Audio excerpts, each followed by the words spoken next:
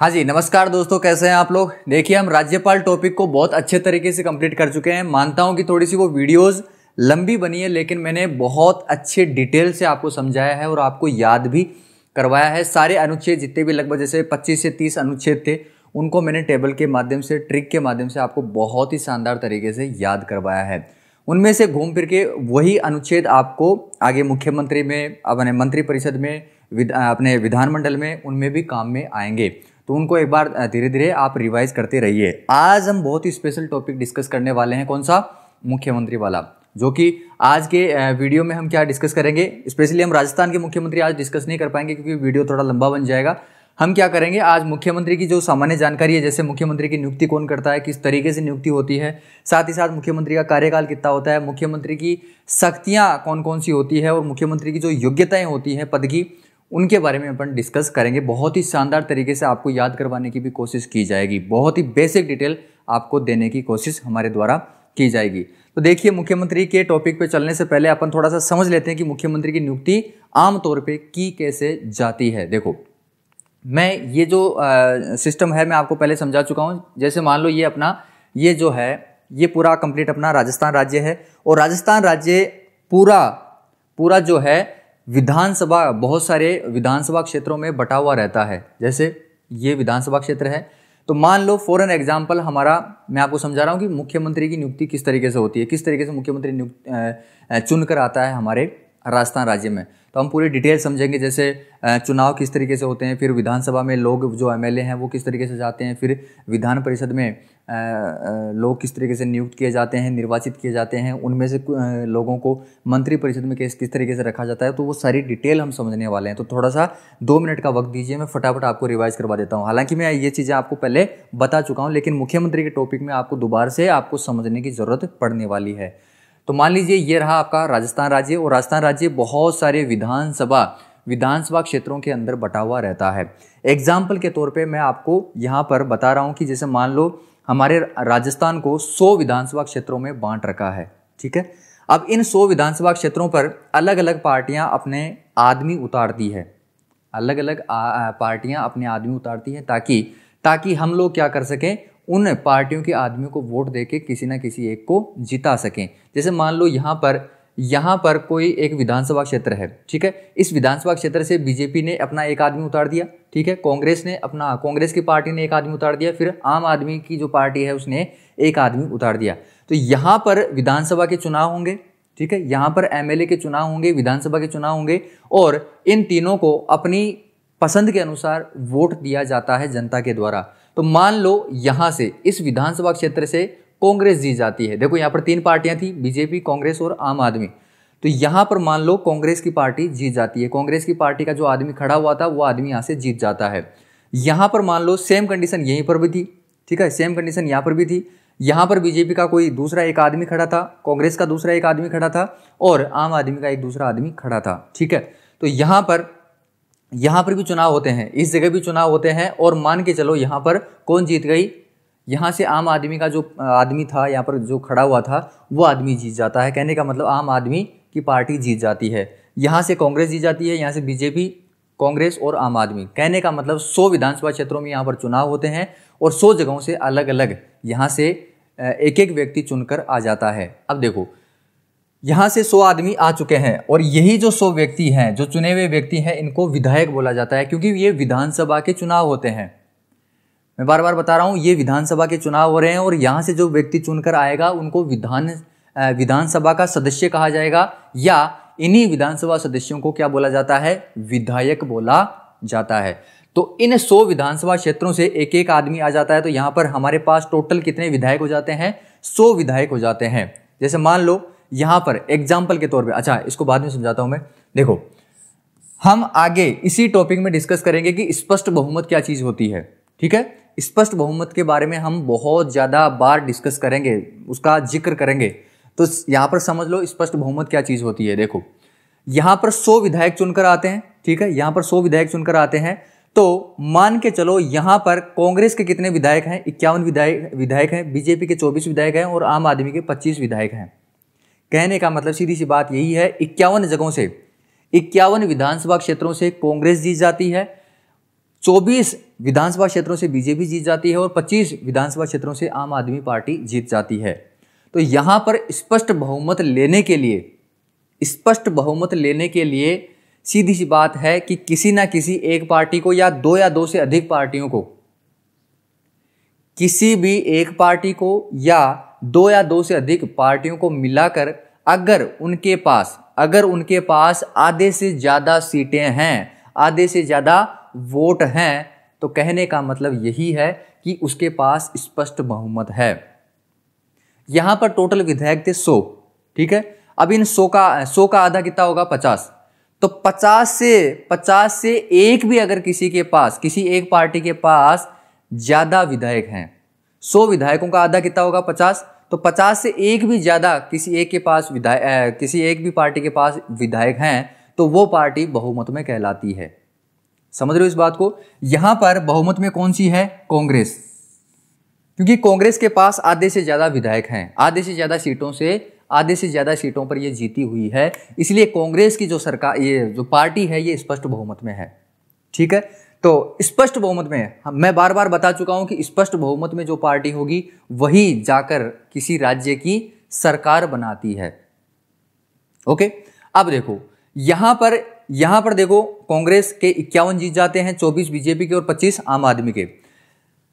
ये जो 100 विधायक हैं, ये 100 विधायक, इनका काम क्या होता है? इनका मुख्य काम क्या होता है कि अपने क्षेत्र की समस्याओं को राज्य सरकार तक पहुंचाना, अपने क्षेत्र की समस्याओं को राज्य सरकार तक पहुंचाना और राज्य सरकार से जो बजट मिलता है उसका अच्छे तरीके से अपने क्षेत्र में प्रयोग करना, ताकि यहां का विकास हो सके। तो अब इन 100 विधायकों को इनकी बातें सुनने के लिए इनको एक जगह पर बैठाया जाएगा, एक कमरे की व्यवस्था की जाएगी और उसी कमरे को क्या बोला जाता है? विधानसभा बोला जाता है। हमारे राजस्थान में विधानसभा कहां पर है? जयपुर में स्थित है, अपनी राजधानी जयपुर में स्थित है। देखो मैं बार बार बता चुका हूं कि जो भी पार्टी बहुमत में होगी उसी की सरकार बनेगी। तो यहां पर कांग्रेस की पार्टी बहुमत में है क्योंकि इसके पास आधे से ज्यादा सीटें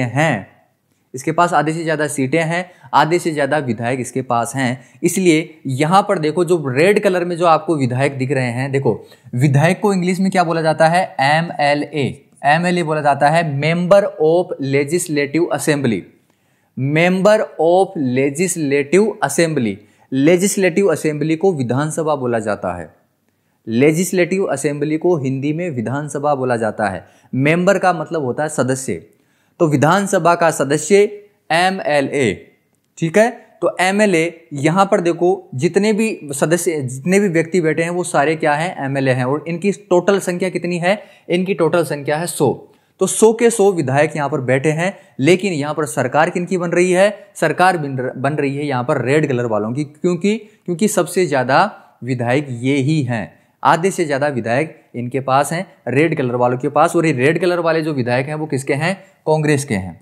किसके हैं? कांग्रेस के हैं, ठीक है। क्योंकि ये पार्टी स्पष्ट बहुमत में है और स्पष्ट बहुमत में जो सरकार पार्टी होती है वही सरकार बनाती है, ठीक है। आपने बहुत बार सुना होगा कि राज्य की विधानमंडल, तो विधानमंडल में एक तो आपका आ जाता है राज्यपाल, दूसरी आती है विधानसभा और तीसरा क्या आती है? विधान परिषद। अब देखो जितने भी एमएलए थे, जितने भी विधायक थे, वो तो कहां पर बैठेंगे? विधानसभा में बैठेंगे, ठीक है। जितने भी विधायक होंगे वो कहां पर बैठेंगे? विधानसभा में बैठेंगे। साथ ही साथ किसी राज्य में क्या होती है? एक विधान परिषद भी होती है, ठीक है। विधान परिषद भी होती है। और यहाँ पर जो सदस्य आते हैं, ये कुछ सदस्य तो राज्यपाल के द्वारा चुने जाते हैं। जब मैं विधान मंडल पढ़ाऊंगा बहुत अच्छे तरीके से समझाऊंगा कि विधान परिषद में सदस्य कहाँ से आते हैं।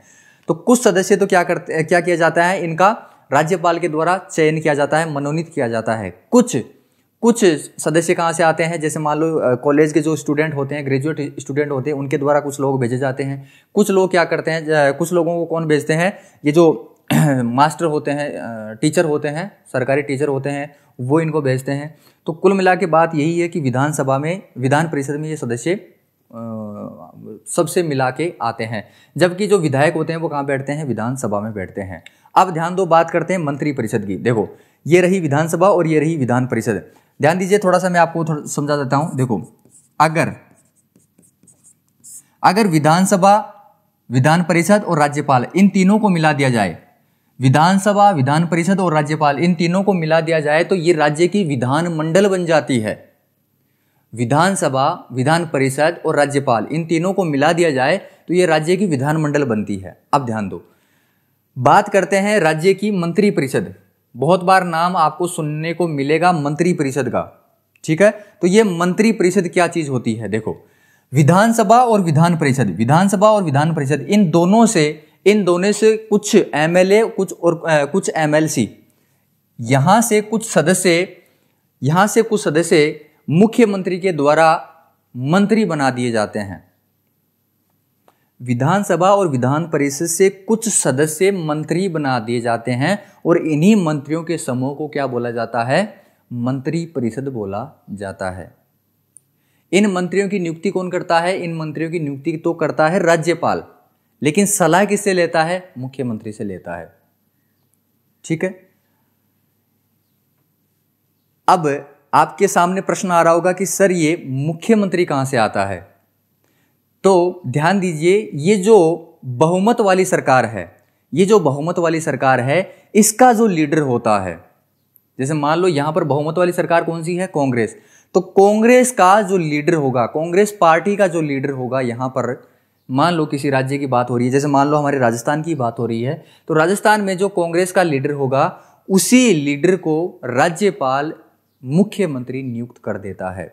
और मुख्यमंत्री फिर क्या करता है, विधानसभा और विधान परिषद, इन दोनों में से कुछ लोगों को, जो इसके चहेते होते हैं, किसके, मुख्यमंत्री के, उन चहेते लोगों को मंत्री बना दिया जाता है और इन्हीं मंत्रियों के समूह को क्या बोला जाता है, मंत्री परिषद बोला जाता है, ठीक है। तो ये देखिए आपकी मंत्री परिषद आपके सामने है, ठीक है। विधानसभा और विधान परिषद से कुछ सदस्य आते हैं तो मंत्री परिषद बनाते हैं। इनमें कौन कौन होते हैं, देखो, एक तो खुद मुख्यमंत्री होता है, इन्हीं दो में से एक तो आपका प्रमुख जो आदमी हो जाता है वो हो जाता है मुख्यमंत्री, ठीक है। मुख्यमंत्री की सलाह पर इन्हीं में से कुछ लोगों को क्या बना दिया जाता है, कैबिनेट मंत्री बना दिया जाता है। अच्छा, मैं एक चीज बताना भूल गया कि मंत्री क्या चीज होती है।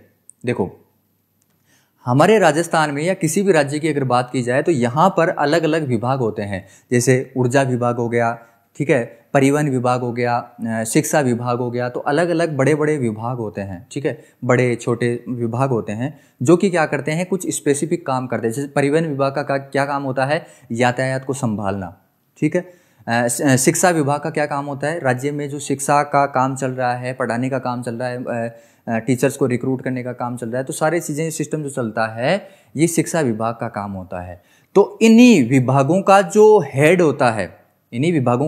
होता है, राजनीतिक हेड होता है, पॉलिटिकल हेड होता है, वो हेड कौन बनता है, मंत्री बनता है, ओके। और ये मंत्री इन्हीं में से होते हैं और इनको नियुक्त कौन करता है, राज्यपाल करता है, किसकी सलाह पे, मुख्यमंत्री की सलाह पे।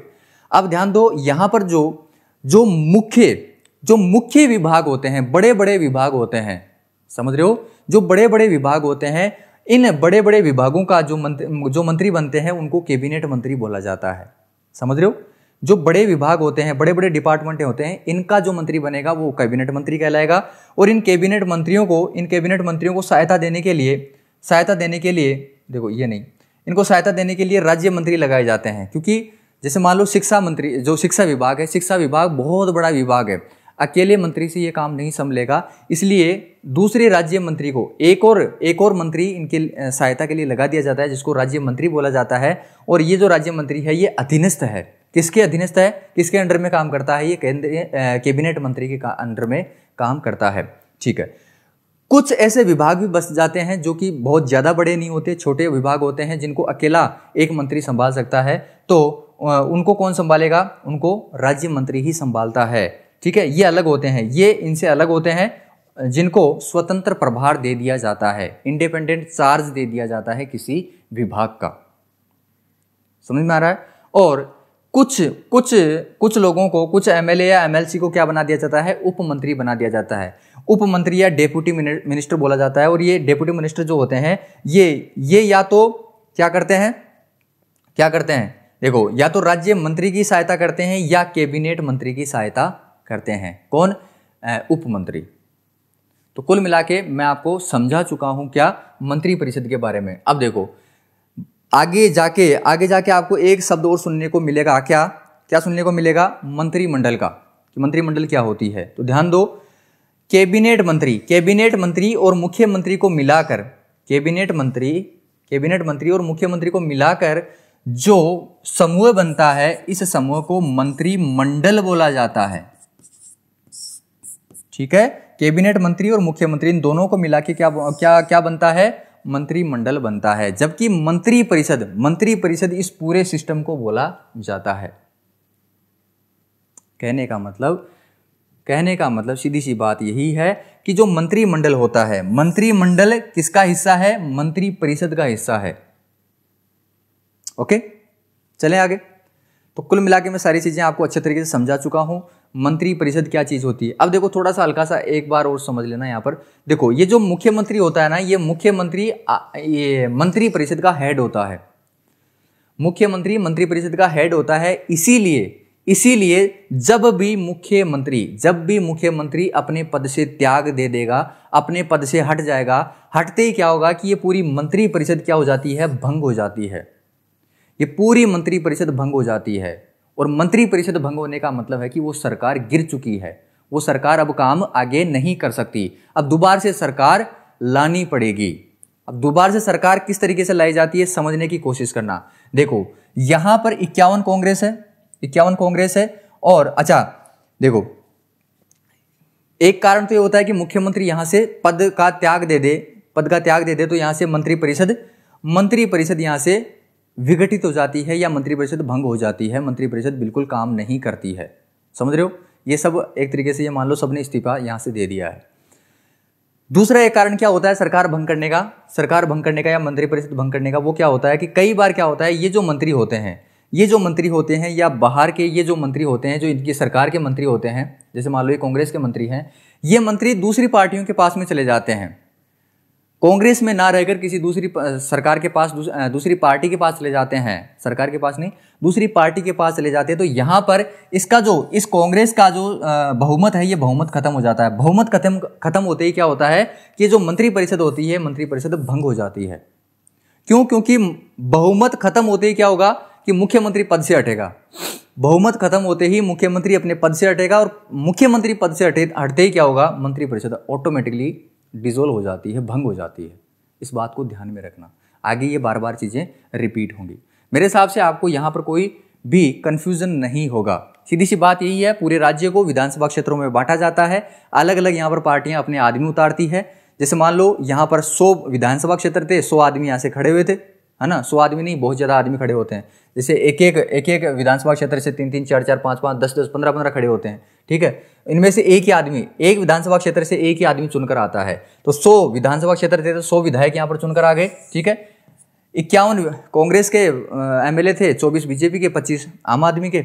अब आधे से ज्यादा सीटें किसके पास है? कांग्रेस के पास है। इसलिए कांग्रेस क्या होगी यहाँ पर? स्पष्ट बहुमत में होगी। और स्पष्ट बहुमत जिसके पास होता है वो क्या बनाती है? फिर सरकार बनाती है। एक बात और सुनना, देखो यहाँ पर कई बार क्या होता है, जैसे मान लो यहाँ पर कांग्रेस के पास 51 सीटें नहीं है, तो यहाँ पर देखो कई बार क्या कंडीशन बन जाती है। जैसे मान लो यहाँ पर 20 सीटें कांग्रेस की आई है, और एक दूसरी और पार्टी मान लो जैसे आरएलपी। ठीक है, आरएलपी मान लो, तो यहाँ पर देखो 24, 29, 49 और कितनी हो जाती है? 69 और जैसे मान लो यहाँ पर कितनी सीटें हो गई? 31 सीटें हो गई। तो यहाँ से 51, हाँ, तो ये देखिए टोटल कंप्लीट 100 हो चुकी हैं। अब देखो यहाँ पर किसी भी पार्टी के पास स्पष्ट बहुमत नहीं है, तो क्या होगा? यहाँ पर गठबंधन की सरकार आएगी। गठबंधन की सरकार आती है, कहने का मतलब 2 या 2 से अधिक पार्टियां एक साथ मिलकर 50 से ज्यादा सीटें करने की कोशिश करती है, उसको गठबंधन की सरकार बोला जाता है। जैसे आरएलपी और कांग्रेस दोनों मिलकर, अब आरएलपी और कांग्रेस दोनों मिलकर गठबंधन की सरकार यहां पर बनाने की कोशिश करती है। कई बार क्या होता है, जैसे मान लो आरएलपी नहीं मिलती है, और जैसे मान लो ये तीनों पार्टियां यहां पर मिल जाती है। जैसे कांग्रेस मिल जाती है किसके साथ? एमएलए इसके साथ है, आम आदमी के साथ, फिर बीजेपी के साथ। तो यहाँ पर टोटल सीटें कितनी हो गई? टोटल कितनी हो जाती है? 49 और 69 सीटें हो गई। कहने का मतलब 50 से ज्यादा हो गई है। तो ये गठबंधन की सरकार बना सकती है। इनको स्पष्ट बहुमत, इन तीनों पार्टियों को एक साथ मिलाने के बाद में स्पष्ट बहुमत बन चुका है। तो अब सरकार किसकी होगी? इन तीनों की, ठीक है। जैसे हमारे केंद्र में क्या है, एनडीए की सरकार है, बीजेपी की सरकार नहीं है, एनडीए की सरकार है, वो एक गठबंधन की सरकार है, समझ रहे हो। जबकि हमारे राजस्थान में अभी कांग्रेस की सरकार है, क्योंकि कांग्रेस केवल अकेली पार्टी के पास ही बहुमत है, कांग्रेस अकेली पार्टी के पास ही आधे से ज्यादा सीटें हैं, इसलिए हमारे राजस्थान में क्या है, कांग्रेस की सरकार है, ठीक है। तो कंप्लीट मैं सारी चीजें अच्छे तरीके से समझा चुका हूं। आगे चलें। अब देखो, मुख्यमंत्री टॉपिक अब आपके सामने प्रस्तुत होने वाला है। तो सबसे पहले बात करते हैं कि मुख्यमंत्री की नियुक्ति किस तरीके से होती है। तो मैं बता चुका हूं आपको कि मुख्यमंत्री की नियुक्ति कौन करता है, राज्यपाल करता है। मुख्यमंत्री की नियुक्ति राज्यपाल करता है, लेकिन ध्यान रखना, राज्यपाल उसी आदमी को मुख्यमंत्री नियुक्त करता है जो कि हमारे विधानसभा में बहुमत प्राप्त पार्टी का नेता होता है। राज्यपाल उसी आदमी को मुख्यमंत्री बनाएगा जो कि विधानसभा के अंदर बहुमत प्राप्त पार्टी का नेता होता है, समझ रहे हो। और ये बात कौन सी बात, राज्यपाल मुख्यमंत्री की नियुक्ति करता है। ये बात कहां पर लिखी गई है, संविधान में अनुच्छेद 164 के अंदर, 164 अनुच्छेद 164 के तहत ये बात लिखी गई है कि राज्यपाल मुख्यमंत्री की नियुक्ति करता है।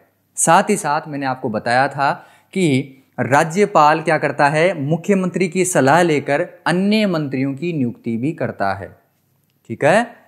यहां से इन दोनों जगह से मुख्यमंत्री की सलाह लेकर राज्यपाल मंत्रियों की, मुख्यमंत्री के अलावा जो भी मंत्री बचते हैं, इन मंत्रियों की नियुक्ति करता है। कौन करता है, राज्यपाल करता है, समझ रहे हो इस बात को, ठीक है। तो ये बात कहां पर लिखी गई है, ये बात लिखी गई है अनुच्छेद 164 के तहत। लेकिन ध्यान रखना संविधान में मुख्यमंत्री की नियुक्ति किस तरीके से की जाएगी, संविधान में मुख्यमंत्री की नियुक्ति किस तरीके से की जाएगी और उसका निर्वाचन किस तरीके से किया जाएगा, इसके बारे में कोई चर्चा नहीं कर रखी है। दोबारा से सुनना, मुख्यमंत्री की नियुक्ति किस तरीके से की जाएगी और किस तरीके से इसका निर्वाचन किया जाएगा, इसकी जो क्रियाविधि है, इसके बारे में संविधान में कुछ भी नहीं बताया गया है। सिर्फ और सिर्फ इतना बताया गया है अनुच्छेद 164 में कि राज्यपाल मुख्यमंत्री की नियुक्ति करता है, और साथ ही साथ राज्यपाल और क्या करता है, इस मुख्यमंत्री की सलाह लेकर अन्य मंत्रियों की नियुक्ति भी करता है। तो बस इतनी सी बात अनुच्छेद इस संविधान में लिखी गई है, ओके। यहां पर एक बात और लिखी गई है कि मंत्री, ये जो मंत्री होते हैं, कौन से मंत्री, ये जो मंत्री होते हैं, कैबिनेट मंत्री, राज्य मंत्री, उप मंत्री, है ना, और मुख्यमंत्री को छोड़ दीजिए, ठीक है। ये जो मंत्री होते हैं, ये मंत्री राज्यपाल की इच्छा पर अपने पद पे बने हुए रहते हैं। जब तक राज्यपाल चाहेगा तब तक ये अपने पद पे बने हुए रहते हैं। क्यों, क्योंकि राज्यपाल ही इनकी नियुक्ति करता है। लेकिन वास्तविक तौर पे अगर देखा जाए तो भाई साहब, राज्यपाल अपनी मर्जी से किसी भी मंत्री को ना तो नियुक्त कर सकता है, ना ही उसको हटा सकता है। राज्यपाल अपनी मर्जी से कुछ भी नहीं कर सकता। कब कर सकता है, मुख्यमंत्री की सलाह लेने के बाद में ही कर सकता है। मुख्यमंत्री से सलाह लेगा कि कौन से आदमी को मंत्री बनाना है, कौन से आदमी को मंत्री से हटाना है। राज्यपाल तभी काम करता है जब मुख्यमंत्री उसको बोलता है। लेकिन संविधान में यह बात लिखी गई है कि मंत्री राज्यपाल के प्रसाद पर्यंत अपने पद पे बने हुए रहते हैं। संविधान कुछ और बोलता है, वास्तविक चीज़ें कुछ और होती है। ये चीज़ें आपने पहले भी देखी होगी राज्यपाल, जब मैंने आपको टॉपिक पढ़ाया था। बात करते हैं आगे। देखो, ये बात लिखी गई है यहाँ पर कि राज्यपाल उसी व्यक्ति को मुख्यमंत्री नियुक्त करता है। राज्यपाल उसी व्यक्ति को मुख्यमंत्री नियुक्त करता है जिसको विधानसभा में जो स्पष्ट बहुमत वाली जो पार्टी होती है, उस पार्टी का नेता होता है। उसी व्यक्ति को राज्यपाल क्या करता है, मुख्यमंत्री नियुक्त करता है। ये बात लिखी गई है। बात करते हैं आगे। ऐसा व्यक्ति, देखो, अब कई लोगों के दिमाग में प्रश्न उठ रहा होगा कि क्या सर ये जरूरी है क्या, मुख्यमंत्री बनने के लिए आम तौर पर, सामान्य तौर पर मुख्यमंत्री बनने के लिए विधानसभा या विधान परिषद का जो दोनों सदन है, इन दोनों सदन में से किसी एक सदन का सदस्य होना जरूरी है। आम तौर पे बात कर रहा हूं मैं, सामान्य तौर पे मैं बात कर रहा हूं कि विधानसभा या विधान परिषद के किसी भी एक सदन का वो सदस्य है तो उसको राज्यपाल मुख्यमंत्री नियुक्त कर सकता है। समझ रहे हो? लेकिन कई बार ऐसा हो सकता है कि इन दोनों में से किसी भी सदन का सदस्य ना हो और उसको क्या बना दिया जाए, मुख्यमंत्री बना दिया जाए। तो संविधान उसके बारे में ये बोलता है कि भाई साहब आपको 6 महीने का टाइम दिया जा रहा है, 6 महीने का टाइम दिया जा रहा है, इन दोनों सदन में से किसी भी सदन में आप चुनकर आ जाओ। अगर आप 6 महीने के अंदर टाइम पीरियड में अगर आप इन दोनों सदन में से किसी भी सदन में चुनकर आ जाते हो तो आप आगे कंटिन्यू रख सकते हो अपने मुख्यमंत्री पद पर। अगर आप 6 महीने तक चुनकर नहीं आते हो किसी भी सदन से तो आप मुख्यमंत्री पद को खो देंगे, आप मुख्यमंत्री पद पे बने हुए नहीं रह सकते। ये बात संविधान में लिखी गई है, समझ रहे हो? ये याद रखना। प्रश्न पूछा जा सकता है कि मान लो किसी ऐसे व्यक्ति को मुख्यमंत्री बना दिया जाता है जो कि विधानमंडल, मैं पहले बता चुका हूं, विधानसभा, विधान परिषद और राज्यपाल, अगर इन तीनों को मिला दिया जाए तो वो विधानमंडल बन जाती है। समझ रहे हो? वो विधानमंडल बन जाती है। तो यहां पर प्रश्न पूछा जा सकता है कि मान लो किसी ऐसे व्यक्ति को मुख्यमंत्री बना दिया गया जो कि विधानमंडल के किसी भी सदन का सदस्य नहीं है, तो संविधान उसके बारे में क्या बोलता है? तो आपको सही आंसर देना पड़ेगा कि भाई साहब संविधान ये बोलता है कि 6 महीने के अंदर अंदर उस व्यक्ति को विधानमंडल का कहने का मतलब इन दोनों सदन में से किसी भी एक सदन का सदस्य बनना पड़ेगा, उसके अंदर उसको घुसना पड़ेगा किसी भी तरीके से। अब किसी भी तरीके से कैसे घुस सकता है? विधानसभा में सीधी सी बात है कि किस तरीके से घुस सकता है? किसी भी विधानसभा क्षेत्र पे खड़े हो जाओ, ठीक है, विधानसभा क्षेत्र पे खड़े हो जाओ और वहां से जीत के विधानसभा में एंट्री ले लो। या विधान परिषद में किस तरीके से घुसा जाता है? जैसे मान लो राज्यपाल ने किसी को मनोनीत कर दिया है ना, या कॉलेज के जो स्टूडेंट होते हैं, ग्रेजुएट स्टूडेंट होते हैं, वो भी कुछ लोगों को भेजते हैं, तो उन लोगों में से आ जाओ। या जो टीचर होते हैं, राज्य के जो टीचर होते हैं, वो टीचर अपने में से किसी एक आदमी को चुनकर भेजते हैं, तो वैसे आ सकते हो, है ना। तो कहने का मतलब सीधी सी बात है, 6 महीने के अंदर अंदर किसी भी एक सदन का सदस्य आपको होना पड़ेगा। तो ये बात संविधान के अंदर बोली गई है। चलें आगे। यहाँ तक मेरे हिसाब से आपको कोई कन्फ्यूजन नहीं है, सीधी सी बात यही है। संविधान मुख्यमंत्री की नियुक्ति और इसका जो निर्वाचन है इसके बारे में कुछ भी बात नहीं करता है, सिर्फ इतनी सी बात लिखी गई है। कहाँ पर? अनुच्छेद 164 में क्या बात लिखी गई है कि भाई साहब मुख्यमंत्री की नियुक्ति कौन करेगा? राज्यपाल करेगा। साथ ही साथ राज्यपाल और क्या करेगा?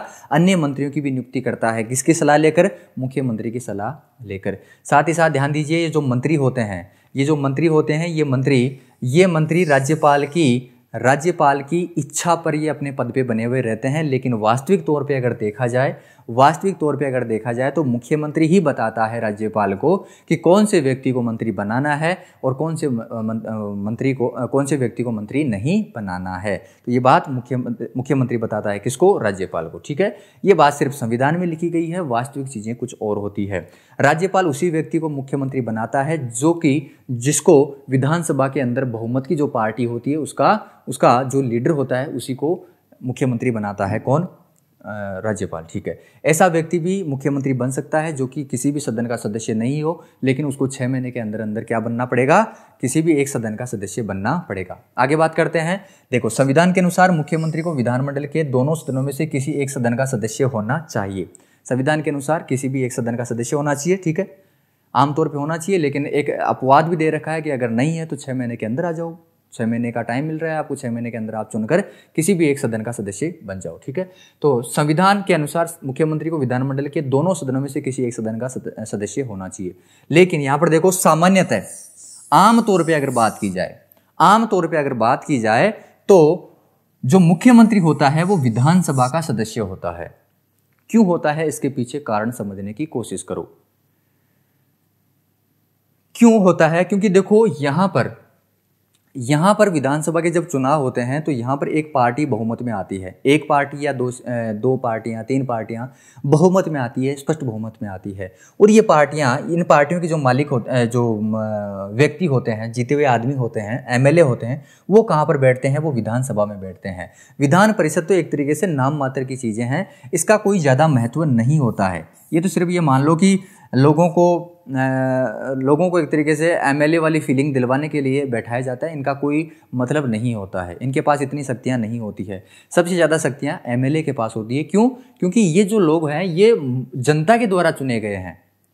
हालांकि ये लोग भी जनता के द्वारा चुने जाते हैं, लेकिन इनमें से कुछ लोग ऐसे होते हैं जो कि राज्यपाल के द्वारा मनोनीत किए जाते हैं। कुछ लोग ऐसे होते हैं जो कि बिना किसी राजनीतिक नॉलेज के यहाँ पर आ जाते हैं, तो इनके पास इतनी पावर नहीं होती है।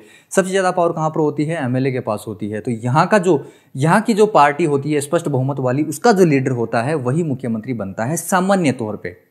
समझ रहे हो? सामान्य तौर पे ये बात बताई गई है। तो सामान्यतः मुख्यमंत्री निचले सदन का होता है। देखो, एक बात समझने की कोशिश करना, इस विधानसभा को, ये जो विधानसभा होती है, इस विधानसभा को निम्न सदन बोला जाता है। निम्न सदन बोला जाता है। और निम्न सदन को इंग्लिश में क्या बोला जाता है? लोअर हाउस बोला जाता है। लोअर हाउस बोला जाता है। विधान परिषद को क्या बोला जाता है? क्या बोला जाता है? अपर हाउस बोला जाता है। इंग्लिश में अपर हाउस बोला जा सकता है, और हिंदी में बात की जाए तो इसको उच्च सदन भी बोला जाता है। ये उच्च सदन मान लो या अपर हाउस मान लो, किसको? विधान परिषद को। और विधानसभा को लोअर हाउस या निम्न सदन बोला जाता है। तो ये जो मुख्यमंत्री होता है, ये सामान्य तौर पर निम्न सदन का होता है या लोअर हाउस का होता है। कहने का मतलब ये विधानसभा का होता है। ठीक है, तो ये बात लिखी गई तो मैंने आपको बताया था। ठीक है, बात करते हैं। देखो, जब मैंने राज्यपाल पढ़ाया था तो मैंने बार बार चीख के यही बात बोली है कि भाई साहब, ये जो राज्यपाल होता है ये राज्य का संवैधानिक प्रमुख होता है। राज्यपाल राज्य का संवैधानिक प्रमुख होता है। संवैधानिक प्रमुख का मतलब है कि केवल और केवल इसको संविधान के अंदर ही प्रमुख बनाया गया है, इसके पास इतनी ज़्यादा शक्तियाँ नहीं होती है। तो प्रश्न ये उठता है कि भाई साहब, अब शक्तियाँ होती किसके पास है? अगर राज्यपाल के पास शक्तियां नहीं है तो होती किसके पास है? तो सीधी सी बात यही है कि जो व्यक्ति जनता के द्वारा चुना जाएगा उसके पास शक्तियां ज़्यादा होगी। और जनता के द्वारा चुना हुआ कौन है? मुख्यमंत्री है। तो कहने का मतलब है कि राज्यपाल की जो कार्यपालिका है, राज्य की जो कार्यपालिका है, राज्यपाल की नहीं, राज्य की जो कार्यपालिका है, इस कार्यपालिका का जो वास्तविक प्रधान है, ये वास्तविक प्रधान कौन होता है? कौन होता है? मुख्यमंत्री होता है, क्योंकि ये जनता के द्वारा चुना जाता है। लेकिन अगर संवैधानिक प्रमुख की बात की जाए या प्रधान की बात की जाए तो वो कौन होता है? राज्यपाल होता है। ध्यान दीजिए, वास्तविक प्रधान को डी फैक्टो बोला जाता है। अब ये कौन सी लैंग्वेज में बोला जाता है ये मुझे नहीं पता, लेकिन वास्तविक प्रधान को डी फैक्टो बोला जाता है। और ये जो संवैधानिक प्रधान होता है इसको डी जूरे बोला जाता है। अपन को भाषा से कोई मतलब नहीं है, सीधा सा मतलब ध्यान रख लो कि वास्तविक प्रधान को क्या बोला जाता है? De facto. फैक्ट मतलब तथ्य, एक तरीके से ऐसे याद रख लो। फैक्ट का मतलब तथ्य और ये वास्तविक। ठीक है, तथ्य हमेशा वास्तविक होता है। तो डी फैक्टो वास्तविक प्रधान और डी जूरे संवैधानिक प्रमुख। चलें आगे। मेरे हिसाब से आपको इतनी चीजें अच्छे तरीके से समझ में आ चुकी है। अभी अपन बात कर रहे हैं केवल और केवल मुख्यमंत्री की नियुक्ति से रिलेटेड जो चीजें थी उनके बारे में अपन बात कर रहे हैं, सिंपल है ना। अब देखो, संविधान में यहां पर समझने की कोशिश करना। अभी हमने बात की थी थोड़ी देर पहले कि संविधान मुख्यमंत्री की नियुक्ति और निर्वाचन के लिए कोई विशेष प्रक्रिया नहीं बताता है। संविधान में मुख्यमंत्री की नियुक्ति और इसका जो निर्वाचन है इसके बारे में संविधान कुछ भी नहीं बोलता है। लेकिन अनुच्छेद 164 में यह बताया गया है कि राज्यपाल मुख्यमंत्री की नियुक्ति करेगा। तो इसका मतलब ये नहीं निकलता है कि राज्यपाल हर किसी को मुख्यमंत्री बना दे। इसका मतलब नहीं निकलता है। समझ रहे हो? राज्यपाल केवल और केवल उसी व्यक्ति को मुख्यमंत्री बना सकता है जिस व्यक्ति के पास स्पष्ट बहुमत वाली पार्टी हो। स्पष्ट बहुमत वाली जो पार्टी है उसका जो लीडर होगा उसी को राज्यपाल मुख्यमंत्री बनाता है, अनुच्छेद 164 के तहत। समझ रहे हो क्या इस बात को? अब देखो, अगर आपको साबित करना हो, अगर आपको साबित करना हो कि भाई साबित करके बताओ कि राज्यपाल हर किसी को मुख्यमंत्री नहीं बना सकता, ये बात कहाँ पर लिखी गई है? संविधान में तो ये बात नहीं लिखी गई है, लेकिन ये बात एक्चुअल में है कहाँ पर? इसका संवैधानिक एक तरीके से वो क्या मतलब क्या है, कोई कानूनी गवाह क्या आपके पास, प्रूफ क्या है कानूनी? तो कानूनी प्रूफ यही है कि 2001 में जो सुप्रीम कोर्ट है, सुप्रीम कोर्ट ने एक निर्णय दिया था, एक डिसीजन दिया था। वो डिसीजन यही था कि भाई साहब राज्यपाल किसी भी ऐरे गैरे आदमी को मुख्यमंत्री नहीं बना सकता, ठीक है, हर किसी को मुख्यमंत्री नहीं बना सकता। उसके पास असीमित अधिकार नहीं है, राज्यपाल के पास असीमित अधिकार नहीं है। राज्यपाल के द्वारा किसी ऐसे व्यक्ति को मुख्यमंत्री नियुक्त किया जाता है जो कि विधानसभा के सदस्य बनने के काबिल नहीं है। दोबारा से मैं बता रहा हूं कि राज्यपाल उस व्यक्ति को कभी भी मुख्यमंत्री नहीं बना सकता जो कि विधानसभा सदस्य का बनने के लायक नहीं है। अगर वो बना दे, अगर राज्यपाल उसको बना दे क्या मुख्यमंत्री, तो वो असंवैधानिक हो जाएगा। अनुच्छेद 164 के तहत वो क्या हो जाएगा? असंवैधानिक हो जाएगा। ये बात कौन बोलता है? ये सुप्रीम कोर्ट बोलता है, उच्चतम न्यायालय बोलता है। कब? 2001 में। और जब सुप्रीम कोर्ट या हाई कोर्ट कोई भी निर्णय देता है तो वो एक तरीके से क्या माना जाता है? कानून माना जाता है। वो एक तरीके से नियम माना जाता है, कानून माना जाता है। वो एक तरीके से संविधान की लाइन मानी जाती है। समझ रहे हो किस बात को? वो एक तरीके से कानून ही मान लिया जाता है। हाई कोर्ट, सुप्रीम कोर्ट कोई भी जजमेंट देता है, कोई भी निर्णय देता है, तो वो एक तरीके से कानून ही मान लिया जाता है। और कानून देखो यहां पर 2001 में सुप्रीम कोर्ट ने साफ साफ कह दिया कि राज्यपाल के पास असीमित शक्तियां नहीं है। किससे रिलेटेड, किस बात को लेकर असीमित शक्तियां नहीं है? हर किसी को मुख्यमंत्री बनाने की शक्तियां नहीं है। अगर वो ऐसे आदमी को मुख्यमंत्री बना दे जो कि विधानसभा का सदस्य बनने के लायक नहीं है, तो ये जो फैसला होगा राज्यपाल का वो क्या हो जाएगा? असंवैधानिक हो जाएगा। ये बात 2001 में निर्णय देकर सुप्रीम कोर्ट ने पहले ही बात बता दी है। तो 2 नंबर या 5 नंबर का प्रश्न 2 नंबर का आएगा, 5 नंबर का क्या आ सकता है? 2 नंबर का प्रश्न आ सकता है कि साबित करके बताओ कि राज्यपाल हर किसी को मुख्यमंत्री नहीं बना सकता। ठीक है, राज्यपाल के पास असीमित शक्तियां नहीं है मुख्यमंत्री बनाने से रिलेटेड। ठीक है, तो ये आपको ये हवाला देना पड़ेगा इस निर्णय का, जजमेंट का। ठीक है, बात करते हैं आगे। अनुच्छेद 164 के तहत जो मंत्री परिषद होती है ये विधानसभा के प्रति सामूहिक रूप से उत्तरदायी होती है। कि जो मंत्री परिषद होती है ये पूरी मंत्री परिषद सामूहिक रूप से विधानसभा के प्रति उत्तरदायी होती है। दोबारा से मैं एक हल्की सी चीज और बता देता हूं। देखो, जो मेन काम होते, जो मुख्य काम होते हैं, 99% जो राज्य सरकार के जो काम होते हैं वो मुख्यमंत्री अपने मंत्री परिषद ही करती है। हमें अखबारों में और बहुत सारी किताबों में ये सुनने को मिलता है कि विधानसभा ने ये पास कर दिया है, वो कर दिया है, ये प्रस्ताव लेकर आ रही हैं, लेकिन जो सारे मुख्य काम होते हैं, बड़े बड़े काम होते हैं, डिसीजन होते हैं, वो डिसीजन किसके द्वारा लिए जाते हैं? मंत्री परिषद के द्वारा लिए जाते हैं। और अगर मंत्री परिषद में भी अगर बात की जाए तो भाई साहब सबसे ज्यादा महत्वपूर्ण हिस्सा कौन सा है? मुख्यमंत्री और कैबिनेट मंत्री, जिसको मैंने क्या बताया था? मंत्रिमंडल। तो मंत्रिमंडल अभिन्न हिस्सा है, यही सारे फैसले लेती है। मंत्रिमंडल ही सारे फैसले लेती है। समझ रहे हो? नाम किसका आता है? मंत्री परिषद का आता है। मंत्रिमंडल कोई भी फैसला लेती है तो वो मंत्री परिषद का नाम आता है। मंत्री परिषद कोई भी काम करती है तो वो विधानसभा का नाम आता है। हालांकि जब भी कानून बनता है, समझने की कोशिश करना, जब भी कानून बनता है तो कानून बनने के लिए, देखो ध्यान से समझने की कोशिश करना, कानून बनाने के लिए सबसे पहले मंत्रिमंडल क्या करती है? उस पर विचार करती है कि भाई साहब अपन को कौन सा काम करना है, किस चीज पे अपन को कानून बनाना है।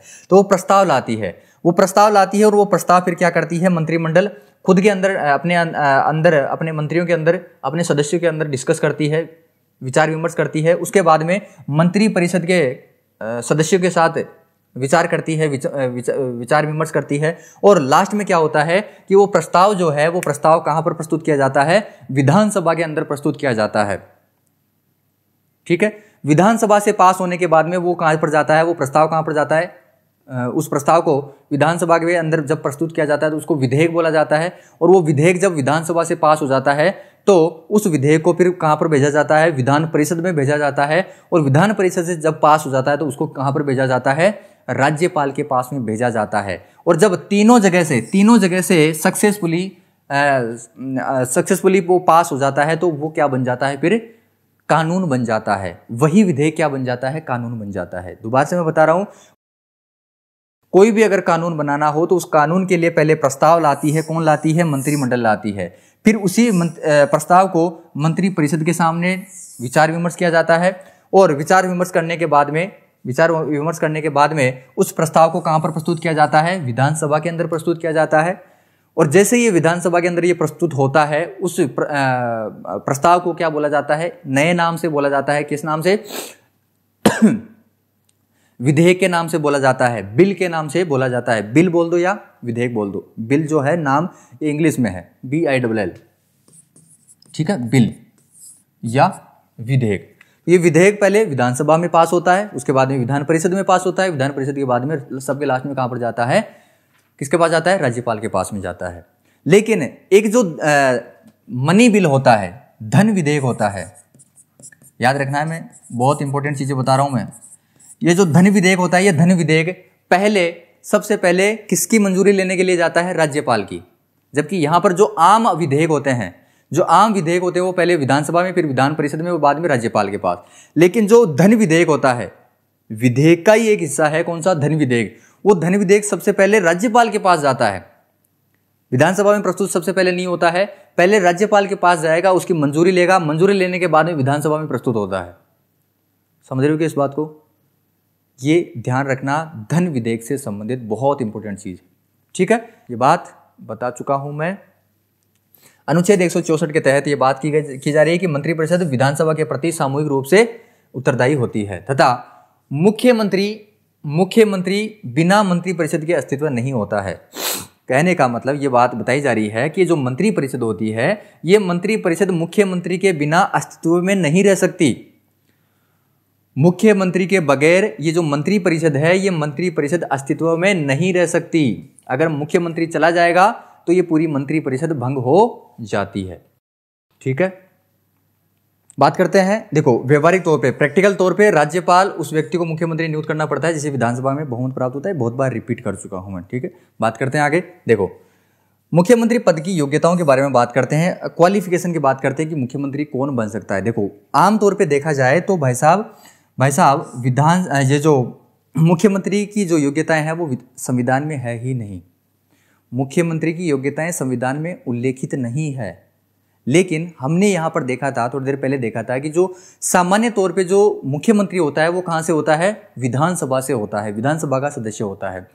तो विधानसभा के सदस्य की जो योग्यता होगी वही एक तरीके से क्या होगी, मुख्यमंत्री की योग्यता होगी। दोबारा से मैं बता रहा हूं, मुख्यमंत्री की योग्यता संविधान के अंदर उल्लेखित नहीं है। संविधान इसके बारे में मौन है, कुछ भी नहीं बताता है। लेकिन हमें आमतौर पे, सामान्य तौर पे हमें पता होता है कि जो विधानसभा का सदस्य होता है, जो एमएलए होता है, वही एमएलए आमतौर पे क्या बनता है, मुख्यमंत्री बनता है। कहने का मतलब यही है कि विधानसभा के सदस्य की जो योग्यता होगी, जो कि संविधान में उल्लेखित है, तो कहने का मतलब जो विधानसभा के सदस्य की जो योग्यता होगी वही एक तरीके से मुख्यमंत्री की योग्यता होगी, ठीक है। और विधानसभा के सदस्य की योग्यता कहां पर लिखी गई है, अनुच्छेद 173 के तहत, 17 के तहत लिखी गई है, ठीक है। तो मुख्यमंत्री की योग्यता भी वही होगी, ठीक है। साथ ही साथ और क्या योग्यता होनी चाहिए मुख्यमंत्री की? पहली बात तो विधानसभा का सदस्य होना चाहिए, विधानसभा सदस्य होने के लिए योग्य होना चाहिए। और दूसरी बात यह होनी चाहिए कि जो बहुमत प्राप्त पार्टी है उसका नेता होना चाहिए। समझ रहे हो? पहली बात तो योग्यता क्या है कि उसके पास क्या होनी चाहिए, बहुमत प्राप्त वाली पार्टी होनी चाहिए और उस पार्टी का वो नेता होना चाहिए। और दूसरा क्या है कि विधानसभा का वो सदस्य होना चाहिए। विधानसभा का सदस्य होने के लिए वो योग्य होना चाहिए, ठीक है। तो विधानसभा का सदस्य के लिए योग्यता क्या है कि वो एक तो भारत का नागरिक होना चाहिए। विधानसभा सदस्य के लिए योग्यता क्या है क्या है कि वो भारत का नागरिक होना चाहिए, साथ ही साथ वो कम से कम कितने साल का होना चाहिए, 25 साल का होना चाहिए, 25 साल की उसकी उम्र होनी चाहिए। और विधानमंडल के किसी भी एक सदन का सदस्य होना चाहिए। अगर वो नहीं है तो 6 महीने का टाइम उसको दिया जा रहा है, वो किसी भी एक सदन का सदस्य बन जाए तो वो मुख्यमंत्री बन सकता है। ये बात मैं बहुत बार रिपीट कर चुका हूँ, मेरे हिसाब से आपको समझ में आ गया होगा। लेकिन याद रखना, मुख्यमंत्री की योग्यता संविधान के अंदर नहीं लिखी गई है। सिर्फ हम इतना सा बता सकते हैं कि एक तो उसको बहुमत प्राप्त की पार्टी का नेता होना आवश्यक है, और साथ ही साथ वो विधानसभा का सदस्य होने के लिए योग्य हो। अब विधानसभा का सदस्य होने के लिए उसको भारत का नागरिक होना पड़ेगा, और साथ ही साथ उसकी 25 साल की उम्र होनी चाहिए, और किसी भी एक सदन का सदस्य होना चाहिए। कहने का मतलब सीधी सी बात यही है, विधानसभा का या विधान परिषद का वो सदस्य होना चाहिए। अगर नहीं है तो 6 महीने का टाइम दिया जा रहा है, उसको सदस्य बन जाना होगा।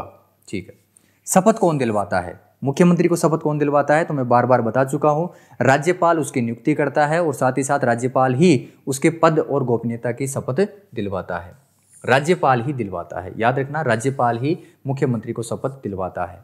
शपथ दिलवाने का मतलब सीधा सा यही है कि एक पर्चा होता है, उस पर्चे पे कुछ चीज़ें लिखी होती है, उन चीज़ों को बोलना होता है। वो चीज़ें क्या है? जैसे मैं ईमानदारी के साथ काम करूंगा, भ्रष्टाचार नहीं करूंगा, है ना, संविधान के प्रति सच्ची श्रद्धा रखूंगा, भारतीय प्रभुता और अखंडता एकता को बनाए रखूंगा, अपने कर्तव्यों का श्रद्धा के साथ और शुद्ध अंतःकरण से निर्वहन करूंगा, कोई भी गद्दारी नहीं करूंगा, पक्षपात नहीं करूंगा, किसी के डर में काम नहीं करूंगा, अनुराग या द्वेष में रहकर किसी से जैसे मतलब खुन्नस होती है, खुन्नस में किसी के साथ मैं कोई भी अन्याय नहीं करूंगा, है ना, लोगों के प्रति संविधान और विधि के अनुसार न्याय करूंगा। तो ये चीज़ें जो है ये संविधान के अंदर शपथ के अंदर लिखी गई है। किसकी शपथ के अंदर लिखी गई है? मुख्यमंत्री की शपथ में लिखी गई है। चलें आगे। तो याद रखना, मुख्यमंत्री को शपथ कौन दिलवाता है? राज्यपाल दिलवाता है। बात करते हैं आगे, मुख्यमंत्री का कार्यकाल कितना होता है? देखिए, आमतौर पे मुख्यमंत्री का जो कार्यकाल होता है वो 5 साल का होता है। सामान्य तौर पे या आम तौर पे मुख्यमंत्री का कार्यकाल 5 साल का होता है। लेकिन मैं बार बार चीख के यही बता रहा हूँ आपको कि भाई साहब, मुख्यमंत्री को कम से कम उस विधानसभा की जो पार्टी होती है, बहुमत वाली पार्टी होती है, उसका नेता होना जरूरी है। बहुमत की पार्टी का नेता होना जरूरी है। अगर बहुमत की पार्टी उसके पास नहीं है तो भाई साहब उसका पद उससे छीन लिया जाता है। समझ रहे हो कि इस बात को? आम तौर पे मुख्यमंत्री का कार्यकाल 5 साल का होता है, लेकिन अगर उसके पास बहुमत की सरकार नहीं है, बहुमत की पार्टी नहीं है, बहुमत की पार्टी नहीं होने का मतलब सीधा सा यही होता है कि ये जो एमएलए होते हैं, जैसे मान लो कांग्रेस की यहाँ पर बहुमत की पार्टी है, तो यहाँ पर ये अगर एमएलए दूसरी पार्टी में जाकर मिल जाए तो अब कांग्रेस के पास बहुमत नहीं है। कांग्रेस के पास बहुमत नहीं होने का मतलब यही है कि कांग्रेस का मुख्यमंत्री अब नहीं बन पाएगा। समझ रहे हो कि इस बात को? तो आमतौर पे तो 5 साल का कार्यकाल होता है, लेकिन अगर बहुमत उसके पास नहीं है तो भाई साहब उसको 5 साल से पहले भी हटना पड़ेगा। ठीक है, ये बात इसमें लिखी गई है।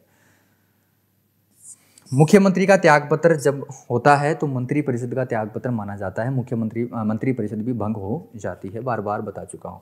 ठीक है। वेतन, सैलरी की बात की जाए कि मुख्यमंत्री को सैलरी कितनी मिलती है, तो 75,000 रुपये 1 महीने के मिलते हैं।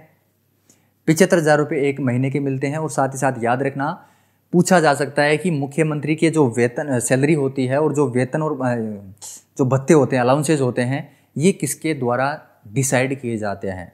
कौन डिसाइड करता है कि मुख्यमंत्री का वेतन कितना होगा, मुख्यमंत्री को कौन कौन सी सुविधाएं मिलेगी, कौन सी गाड़ी मिलेगी, कौन सा बंगला मिलेगा, बंगले के पैसे कितने देने हैं, बंगला फ्री रखना है कि नहीं रखना है, कितने नौकर मिलेंगे, कितने सिपाही मिलेंगे, है ना? ये डिसाइड कौन करता है? ये डिसाइड विधानमंडल करता है। कौन?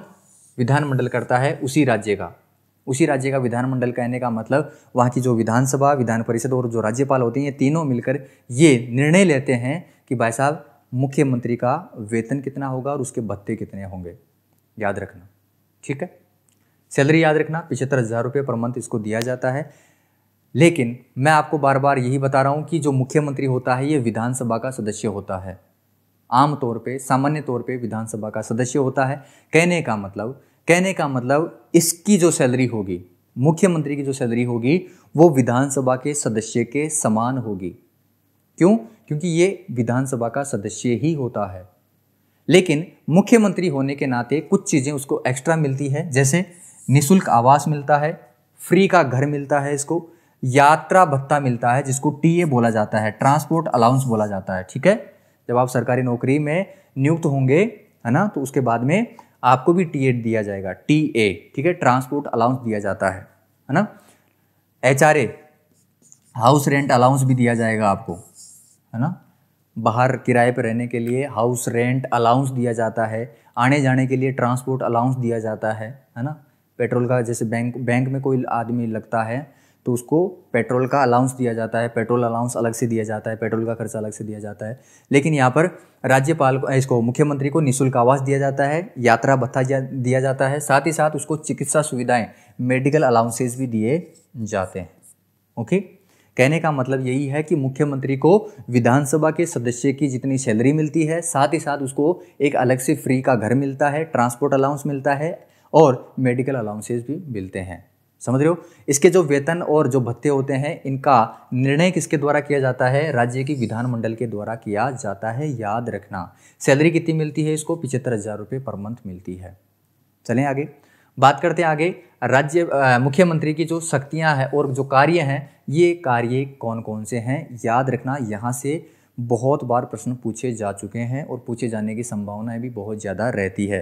तो बात करते हैं, देखो मुख्यमंत्री की शक्तियों के बारे में। तो पहली शक्ति है मंत्री परिषद से संबंधित।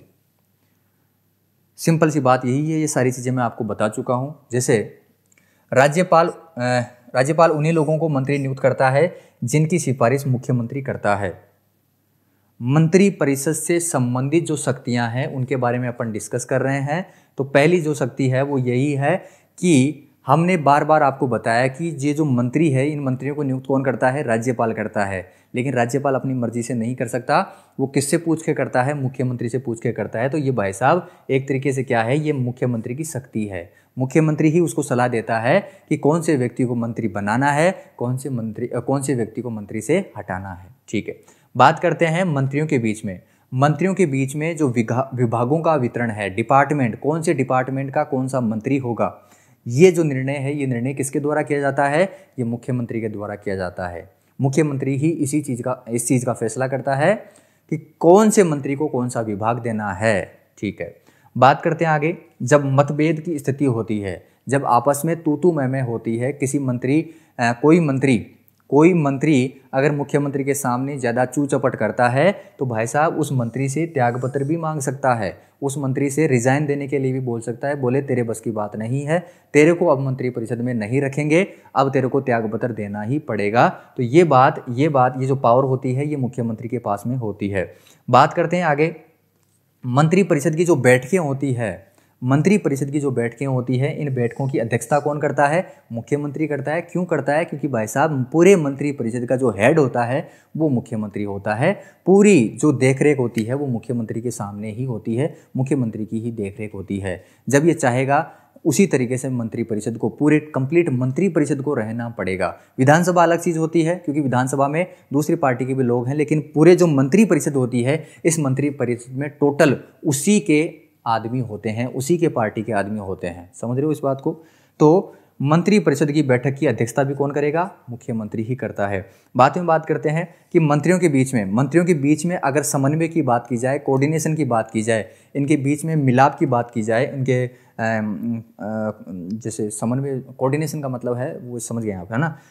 ठीक है, सहयोग की बात की जाए और गाइडेंस की अगर बात की जाए तो वो कौन करता है? वो मुख्यमंत्री करता है। बात करते हैं आगे। अपना त्यागपत्र देकर मुख्यमंत्री ये भी कर सकता है, क्या कर सकता है कि अपना त्यागपत्र देकर, खुद को रिजाइन देकर, ठीक है, अपने पद को रिजाइन देकर वो पूरे मंत्री परिषद को भी भंग कर सकता है। ठीक है, मंत्री परिषद को भंग कर सकता है, मंत्री परिषद को समाप्त कर सकता है। ठीक है, यहाँ पर देखिए नोट लगा के मैंने स्पेशल तरीके से लिखा है कि भाई साहब मुख्यमंत्री के द्वारा ही पूरी चीज़ का फैसला लिया जाता है कि कौन सा व्यक्ति मंत्री बनेगा, कौन सा नहीं बनेगा। अगर मुख्यमंत्री जिन लोगों की लिस्ट बना के राज्यपाल को देता है, मुख्यमंत्री जिन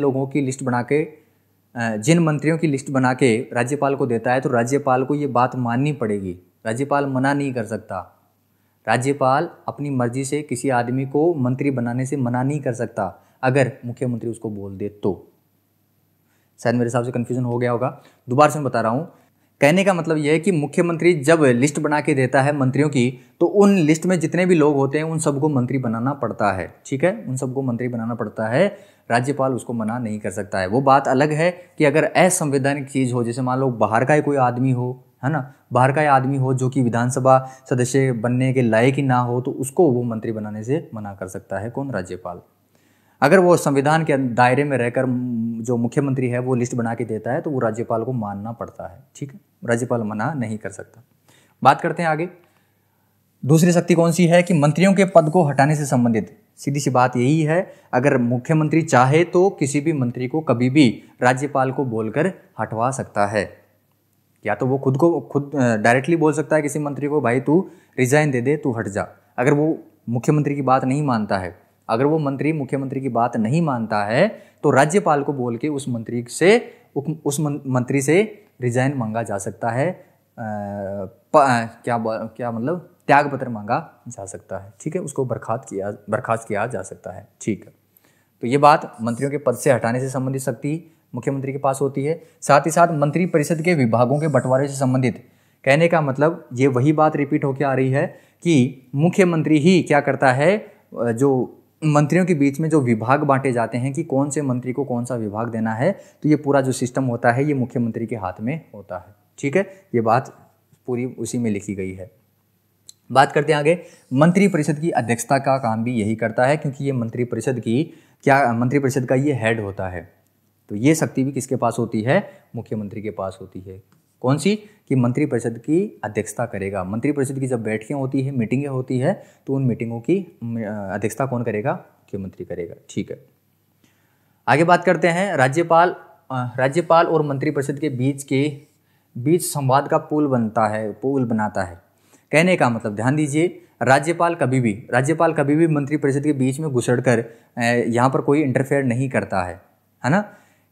राज्यपाल कभी भी मंत्री परिषद के बीच में घुसकर कोई भी बीच में टांग नहीं अड़ाता है। उसके लिए एक अलग से सिस्टम बना रखा है। वो सिस्टम क्या है कि भाई साहब, राज्यपाल जब भी अगर कोई सूचना मांगता है, मंत्री परिषद से संबंधित जब भी कोई सूचना मांगता है, तो वो राज्यपाल को देनी पड़ती है। कौन देता है? मुख्यमंत्री देता है, ठीक है। अगर राज्यपाल ना भी मांगे तो मुख्यमंत्री को वो सारी चीज़ें बतानी पड़ती है। टाइम पे वो सारी चीज़ें उसको बतानी पड़ती है। समझ रहे हो इस बात को? तो राज्यपाल अपने आराम से राजभवन में रहता है, लेकिन ये सारी जो चीज़ें हैं, ये बीच में इंफॉर्मेशन देने का काम राज्यपाल और मंत्री परिषद के बीच की जो कड़ी होती है वो कौन होता है? मुख्यमंत्री होता है, ठीक है। राज्यपाल और मंत्री परिषद के बीच की जो कड़ी होती है, प्रमुख कड़ी होती है, वो कौन होता है? मुख्यमंत्री होता है, ठीक है। ये बात मैं बता चुका हूँ। तो अनुच्छेद 167 में वही बात दोबारा से मैं रिपीट कर देता हूँ। अभी जो मैंने बताई थी वो बात यही है कि भाई साहब, राज्य की जो मंत्री परिषद है वो कोई भी अगर फैसला लेती है, शासन और प्रशासन से संबंधित कोई भी फैसला लेती है, तो उस फैसले की सूचना राज्यपाल को देनी पड़ती है। और ये सूचना देने का काम कौन करता है? मुख्यमंत्री करता है। समझ रहे हो इस बात को? अगर मान लो ये सूचना अपने आप ना दे और राज्यपाल उधर से मांगता है कि भाई क्या हुआ, आपने सूचना नहीं दी, है ना, कोई विशेष सूचना अगर मांगना चाहे राज्यपाल, तो मुख्यमंत्री को वो चीज़ें देनी पड़ती है, वो सूचना राज्यपाल को देनी पड़ती है। ये बात अनुच्छेद 167 में लिखी गई है। यहाँ से आप पढ़ सकते हो। ये पूरी चीज़ें वही है जो मैंने आपको अभी बताई है, ओके। साथ ही साथ महाधिवक्ता जो राज्य का जो एडवोकेट जनरल होता है, और RPSC जो राज्य लोक सेवा आयोग का जो अध्यक्ष और सदस्य होते हैं, इनकी नियुक्ति और राज्य निर्वाचन आयुक्त की नियुक्ति भी किसके द्वारा की जाती है? राज्यपाल के द्वारा की जाती है। लेकिन सलाह कौन देता है? मुख्यमंत्री सलाह देता है, ठीक है। राज्यपाल को सलाह देता है कौन? मुख्यमंत्री। किनकी नियुक्ति में? महाधिवक्ता की नियुक्ति में, राज्य लोक सेवा आयोग के अध्यक्ष और सदस्य की नियुक्ति में, राज्य निर्वाचन आयोग के आदि की नियुक्ति में। अब देखो यहाँ पर एक चीज़ नोटिस की होगी, आपके जो पेपर लीक होते हैं ना, वो पेपर लीक इसीलिए होते हैं क्योंकि देखो RPSC के जो अध्यक्ष और सदस्य होते हैं वो मुख्यमंत्री के जानकार होते हैं। RPSC के जो अध्यक्ष और जो सदस्य होते हैं वो एक तरीके से मुख्यमंत्री के जानकार होते हैं। वो सलाह देता है, है ना, वो सलाह देता है। इसीलिए क्या होता है कि मुख्यमंत्री की उंगली के इशारे पर ये काम करती है पूरी आरपीएससी। आरपीएससी मुख्यमंत्री के इशारे पे काम करती है, एक तरीके से ये स्वतंत्र नहीं होती है ना, समझ रहे हो। इसीलिए पेपर चोरी होने के चांसेस हमारे राज्य सरकार में ज़्यादा होते हैं। बात करते हैं आगे, मुख्यमंत्री के और क्या काम होते हैं। राज्यपाल को मुख्य सलाह देने का काम भी कौन करता है, मुख्यमंत्री करता है, ठीक है, ये याद रखना। शासन की प्रत्येक समस्या पर राज्यपाल से परामर्श करता है, कौन करता है, मुख्यमंत्री करता है। संवैधानिक तौर पे मुख्यमंत्री के परामर्श को मानना या न मानना राज्यपाल की इच्छा पे निर्भर करता है। देखो संवैधानिक तौर पे है, संविधान में ये बात लिखी गई है कि भाई साहब राज्यपाल पे खुद पे निर्भर करता है कि वो मुख्यमंत्री की जो सलाह है उसको माने या ना माने। दोबारा से मैं बता रहा हूँ, संविधान में ये बात साफ साफ लिखी गई है कि भाई साहब राज्यपाल बाध्य नहीं है, राज्यपाल को हर चीज माननी जरूरी नहीं है। कौन सी चीज, जो मुख्यमंत्री सलाह देता है। मुख्यमंत्री कोई भी सलाह देता है तो ये राज्यपाल के ऊपर निर्भर करता है कि वो उसको माने या ना माने। संविधान में ये बात लिखी गई है, लेकिन ऐसा नहीं होता है, ऐसा नहीं होता है। लगभग बार यही होता है कि मुख्यमंत्री कोई चीज़ बोलेगा तो वो राज्यपाल कर लेता है, उसको करना ही पड़ता है। समझ रहे हो उस बात को, नहीं तो वो टांग खिंचाई वाली बात हो जाती है। मुख्यमंत्री राज्यपाल के मुख्य सलाहकार के रूप में मुख्य भूमिका निभाता है, ठीक है। आगे बात करते हैं, राज्य विधानमंडल के संबंधित शक्तियां कौन कौन सी है मुख्यमंत्री के पास। तो जब मुख्यमंत्री सदन में बहुमत प्राप्त ना रहे, अब ध्यान दो, विधानमंडल से संबंधित शक्तियां कौन सी है। तो पहली शक्ति के बारे में बात करें कि भाई साहब अगर मुख्यमंत्री के पास जो पार्टी है, उस पार्टी में अगर बहुमत ना रहे, जिस पार्टी से वो मुख्यमंत्री है, अगर उस पार्टी में बहुमत ना रहे तो मुख्यमंत्री क्या कर सकता है, या तो त्यागपत्र दे सकता है, या क्या कर सकता है, या राज्यपाल को परामर्श दे सकता है। राज्यपाल को परामर्श दे सकता है कि भाई साहब सदन का विघटन कर दो, विधानसभा को विघटित कर दो, विधानसभा को भंग कर दो। इसमें चीज समझने की कोशिश करना, यहां पर एक झोल आता है बहुत तगड़ा वाला। झोल क्या है, देखो यहां पर मैं दोबारा से बता रहा हूं कि मुख्यमंत्री जिस पार्टी का होता है, अगर उस पार्टी के पास स्पष्ट बहुमत नहीं है, कहने का मतलब वो सरकार गिरने वाली है, तो उस टाइम पे मुख्यमंत्री के पास शक्तियां होती है। वो शक्तियां क्या है, शक्तियां तो क्या है, वो एक तरीके से मजबूरी हो जाती है, कौन सी, कि उसको त्यागपत्र देना पड़ता है। या तो वो त्यागपत्र दे दे, या वो क्या कर सकता है, राज्यपाल को सलाह दे सकता है, किस चीज की, कि भाई विधानसभा को विघटित कर दो, विधानसभा को भंग कर दो। और विधानसभा को भंग करने के बाद में पता क्या होता है, दोबारा से चुनाव होते हैं। आपको याद आना चाहिए, मैंने राज्यपाल के टाइम पे पढ़ाया था कि 1980 के टाइम पे जब हमारे राजस्थान में तीसरा राष्ट्रपति शासन लगा था, वो इसीलिए लगा था कि चुनी हुई सरकार को बीच में ही गिरा दिया गया। सरकार चुनने के बाद में बीच में ही गिरा दिया गया 5 साल से पहले ही, और विधानसभा को विघटित करके 5 साल से पहले ही चुनाव करवा लिए जाते हैं। राष्ट्रपति शासन लगा था 1980 में रघुपति तिलक जी के टाइम पे, समझ रहे हो। तो राज्यपाल को परामर्श देकर सदन को विघटित करवा सकता है। लेकिन यहां पर ध्यान रखना, अगर राज्यपाल को पता लग जाए कि भाई साहब इसके पास बहुमत नहीं है, तो उसकी बात को नहीं मान सकता, उसकी बात को नहीं मानेगा कौन, राज्यपाल। क्यों, इसके पीछे कारण है, वो झोल क्या है वो मैं बताने वाला हूं आपको भी। देखो विधानसभा को विघटित करने का मतलब है, इस विधानसभा को विघटित करने का मतलब यही है कि भाई साहब दोबारा से चुनाव होंगे। दोबारा से चुनाव होने का मतलब यह कि लाखों करोड़ों का खर्चा होना, साथ ही साथ राज्य में अव्यवस्थाएं भी फैल जाती है। 5-7 दिन राज्य में जो अव्यवस्थाएं हैं वो भयंकर तरीके से फैल जाती है, ठीक है। और बहुत टाइम तक जो अपना आचार संहिता लगी हुई रहती है, उस टाइम पे ना कोई प्लानिंग आती है ना, ना कोई कुछ ऐसी योजना घोषित की जाती है जिससे राज्य का विकास हो। तो एक तरीके से कुछ महीनों तक एक तरीके से बाधित हो जाता है, विकास बाधित हो जाता है, बहुत सारा खर्चा भी आता है।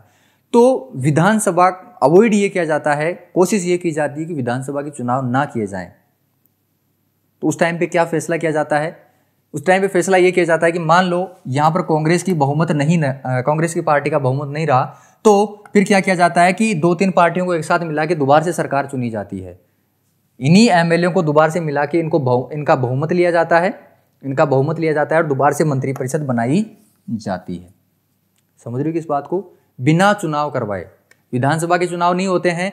ये जो ऑलरेडी जो एमएलए बैठे हुए हैं, इन एमएलए को एक साथ मिला लिया जाता है। 2 या 2 से अधिक पार्टियां एक साथ मिलाकर गठबंधन बनाती है। 2 या 2 से अधिक पार्टियां गठबंधन बनाती है और क्या करती है, फिर दोबारा से मंत्रिपरिषद बनाती है। और बचे हुए कार्यकाल के लिए, जैसे मान लो 3 साल के अंदर ही मान लो कांग्रेस की सरकार गिर गई।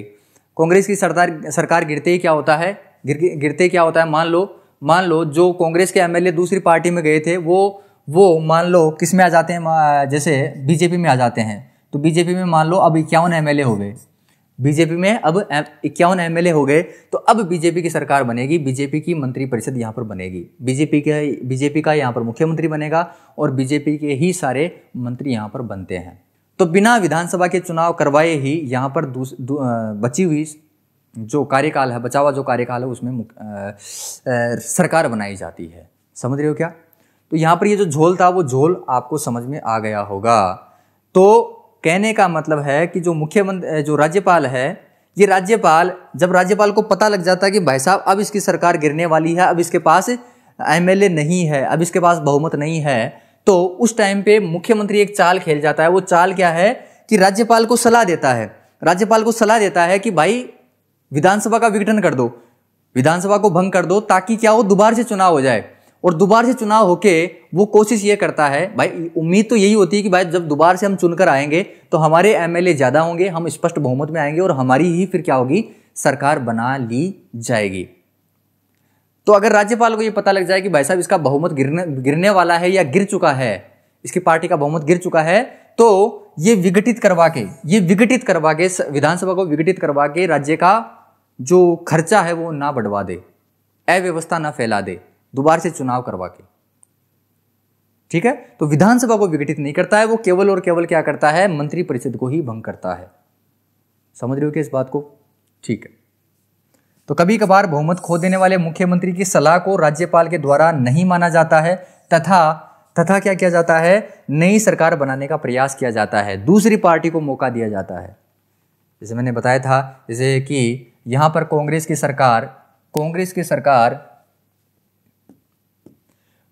सरकार गिर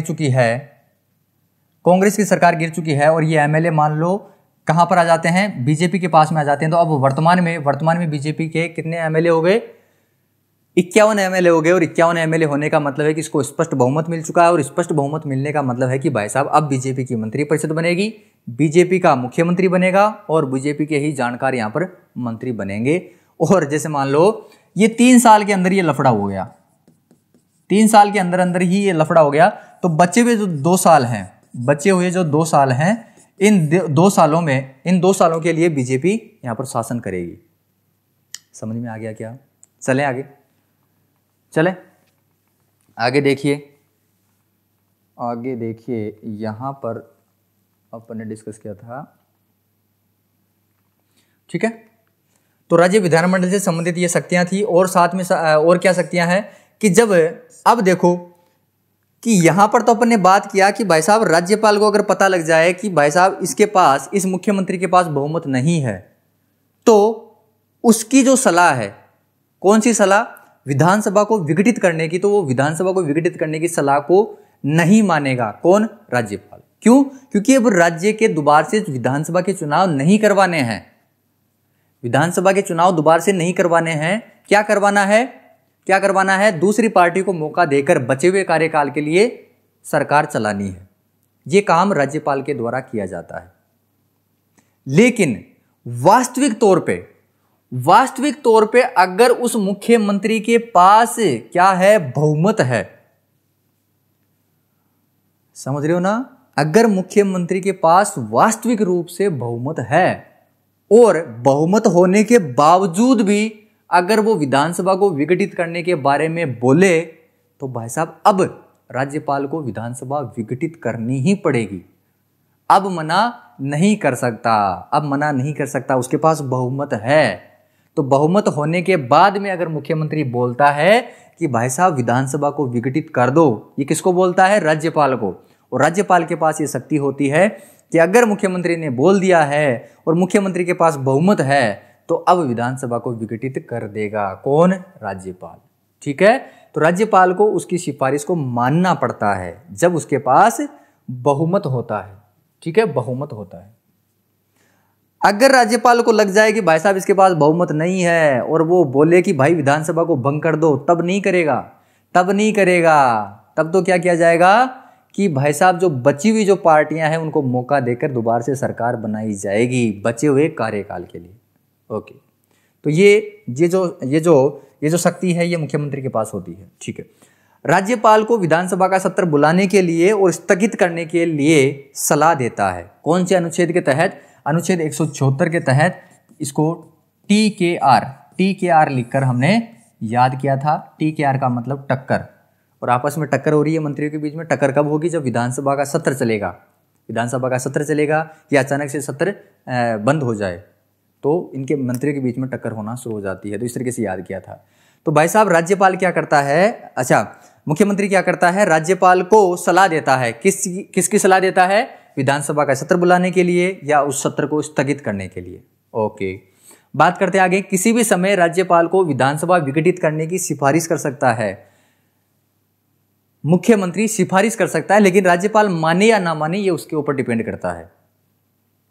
समझ रहे हो क्या भाई? राज्यपाल को अगर लग जाए कि भाई इसके पास बहुमत नहीं है तो विधानसभा को विघटित नहीं करेगा, है ना।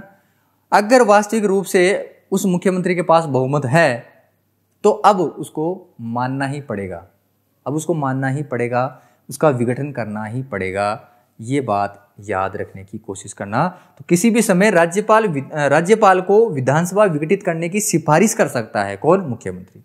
ठीक है, सरकारी नीतियों की घोषणा भी कौन करता है? मुख्यमंत्री करता है। याद रखना, सरकारी नीतियां जितनी भी होती है, गवर्नमेंट जो पॉलिसीज होती हैं, उन पॉलिसीज की घोषणा कौन करता है? अपना मुख्यमंत्री करता है। तो मुख्यमंत्री के पास ये शक्तियां होती है। बात करते हैं आगे, अन्य शक्तियां कौन सी होती है मुख्यमंत्री के पास? देखो, नीति आयोग की जो गवर्निंग काउंसिल होती है, नीति आयोग की जो शासी परिषद या गवर्निंग काउंसिल होती है, गवर्निंग काउंसिल का सदस्य भी होता है। कौन? मुख्यमंत्री। ठीक है, साथ ही साथ राज्य सरकार का मुख्य प्रवक्ता, राज्य सरकार का मुख्य प्रवक्ता भी होता है। कौन? अपना मुख्यमंत्री। दोबारा से मैं बता रहा हूं, नीति आयोग, नीति आयोग की जो शासी परिषद होती है, गवर्निंग काउंसिल होती है, इस गवर्निंग काउंसिल का सदस्य भी कौन होता है? मुख्यमंत्री होता है। साथ ही साथ राज्य सरकार का मुख्य प्रवक्ता भी अपना मुख्यमंत्री होता है। इसके साथ जब इमरजेंसी कंडीशन होती है, राज्य में जब इमरजेंसी कंडीशन होती है, तो इमरजेंसी कंडीशन में राजनीतिक स्तर पर मुख्य प्रबंधक भी अपना मुख्यमंत्री होता है। देखो, राज्य का जो मुख्य हेड होता है, प्रशासनिक हेड, देखो एक तो राजनीतिक होता है और एक प्रशासनिक होता है, समझ रहे हो। तो प्रशासनिक हेड तो होता है मुख्य सचिव, प्रशासनिक हेड तो होता है राज्य का मुख्य सचिव, ठीक है, जो कि सेक्रेटेरिएट का हेड होता है। जो राज्य का जो सचिवालय होता है, उस सचिवालय का जो हेड होता है, कहने का मतलब जब ये आईएएस, ये जो आईएएस होते हैं, आरएस होते हैं, ये जब प्रमोट होकर सबके लास्ट में राज्य में सबसे ऊपर की जो पोस्ट पाते हैं वो होती है मुख्य सचिव की। तो राज्य का जो मुख्य सचिव होता है ये प्रशासनिक हेड होता है, प्रशासनिक हेड होता है, प्रशासनिक मुखिया होता है किसका? राज्य का। लेकिन राजनीतिक जो हेड होता है राज्य का, वो कौन होता है? मुख्यमंत्री होता है। ठीक है, तो जब राज्य में इमरजेंसी कंडीशन आती है, जैसे मान लो यहां पर बाढ़ आ गई या यहां पर जैसे मान लो कोरोना जैसी महामारी आ गई, तो इस टाइम पे क्या होता है? राजनीतिक स्तर पे मुख्य प्रबंधक का काम करता है कौन? मुख्यमंत्री। ठीक है, बात करते हैं आगे। मुख्यमंत्री सलाहकार परिषद का जो अध्यक्ष होता है, वो अध्यक्ष भी कौन होता है? मुख्यमंत्री होता है। चीफ मिनिस्टर एडवाइजरी काउंसिल का अध्यक्ष भी कौन होता है? मुख्यमंत्री होता है। और राज्य की समस्त सेवाओं का राजनीतिक प्रमुख भी कौन होता है? मुख्यमंत्री होता है। तो ये अन्य शक्तियां और कार्य हमारे मुख्यमंत्री के हमने देख लिए हैं। बात करते हैं आगे मुख्यमंत्री की स्थिति के बारे में। तो ये अपन अगले लेक्चर में डिस्कस करेंगे बहुत अच्छे तरीके से। तो कहने का मतलब अगले लेक्चर में हम राजस्थान के जितने भी मुख्यमंत्री हैं उनको डिटेल से याद करने की और उनसे संबंधित जितनी भी महत्वपूर्ण घटनाएं हैं उनको याद करेंगे। साथ ही साथ अपन मुख्यमंत्री की स्थिति के बारे में बात करेंगे कि मुख्यमंत्री की स्थिति कब ऊपर होती है, कब नीचे होती है। समझ रहे हो? तो ये बहुत ही इंपॉर्टेंट लेक्चर अगला भी होने वाला है। और ये जो लेक्चर था इसको मैंने बहुत अच्छे तरीके से पूरी ईमानदारी के साथ, पूरी मेहनत के साथ आपको समझाने की कोशिश की है। आई होप आपको अच्छे से समझ में आया है और आपको याद भी हुआ है। अगर आपको ये वीडियो अच्छा लगा तो वीडियो को लाइक और एक प्यारा सा कमेंट करना बिल्कुल ना भूलें। तो मिलते हैं कल इसी टाइम इसी एनर्जी के साथ। तब तक के लिए जय हिंद, वंदे मातरम।